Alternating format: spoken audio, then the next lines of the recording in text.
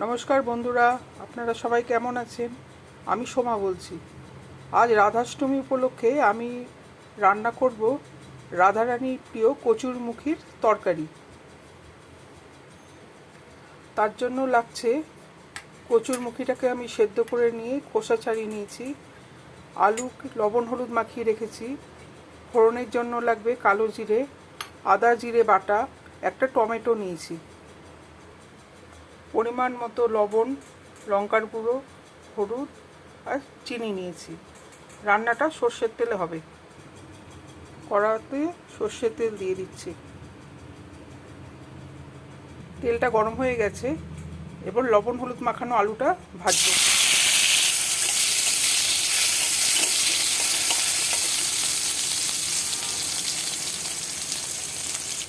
আলুটা ভাজা হয়ে গেছে, এবার আলুটা আমি তুলে নেব।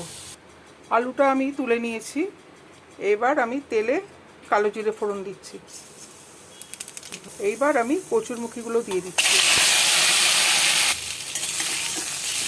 একটু ভেজে নিচ্ছি কচুটাকে।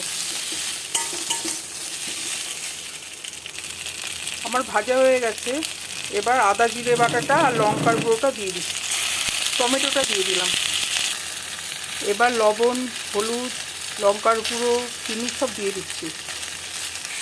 সামান্য একটু জল দিয়ে কষিয়ে নেব।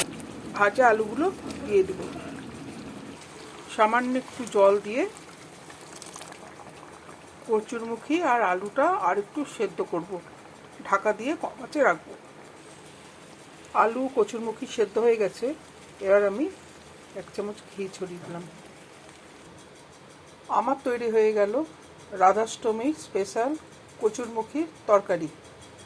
আপনাদের রেসিপিটা কেমন লাগলো আমাকে জানাবেন, লাইক করবেন, আমাকে কমেন্ট করবেন, সাবস্ক্রাইব করে আমার পাশে থাকার জন্য আমি আপনাদের অনুরোধ জানাচ্ছি।